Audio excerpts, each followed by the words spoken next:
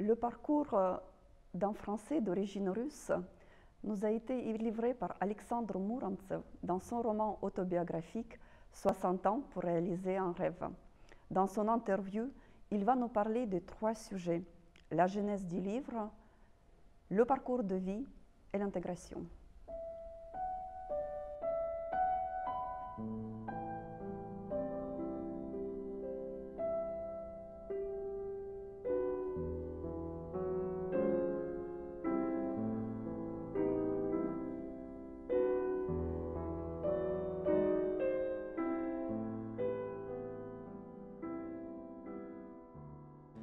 Aujourd'hui, nous sommes avec Alexandre Mourantsev, qui vient de publier son livre 60 ans pour réaliser un rêve.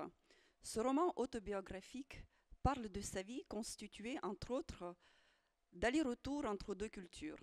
À travers son histoire personnelle, à la fois particulière et universelle, Alexandre Mourantsev invite le lecteur à parcourir le XXe siècle entre la France et l'Union soviétique. Alexandre, vous n'êtes pas écrivain et pourtant, vous avez écrit un livre qui s'adresse à plusieurs générations.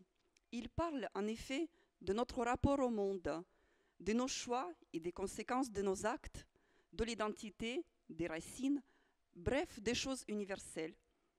Pourquoi et comment vous est venue l'idée d'écrire ce livre?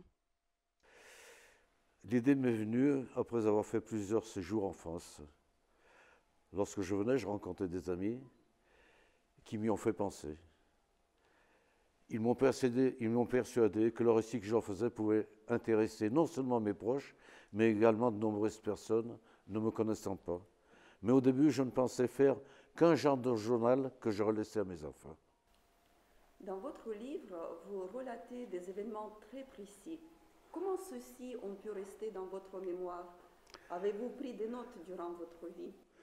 Oui, parce que tout ce que j'ai vécu ne peut être oublié. Certains détails peuvent disparaître de la mémoire, mais pas le principal. Je me souviens que dans le camp où nous allions travailler, c'est-à-dire mon 3e camp, je m'étais confectionné un petit carnet avec le peu que j'avais réussi à récupérer dans les caisses contenant les machines arrivant d'Allemagne. Mais j'ai vite abandonné cette idée qui était très dangereuse là où je me trouvais. Et j'ai essayé de tout garder en mémoire. L'un des moments clés de votre livre est votre retour en Union soviétique en 1957. Estimez-vous que sans ce retour, votre livre n'aurait pas vu le jour? Non, je ne crois pas.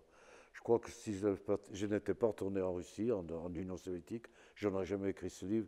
C'est au cours et à la suite de ce retour que ma vie s'est remplie d'événements qui sont restés ces nombreux souvenirs que je décris dans ce livre.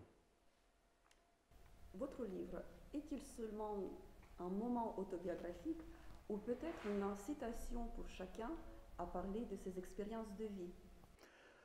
Oui, à mon avis, c'est un roman autobiographique qui pourrait inciter des personnes ayant vécu comme moi des moments peu ordinaires à les décrire comme je l'ai fait.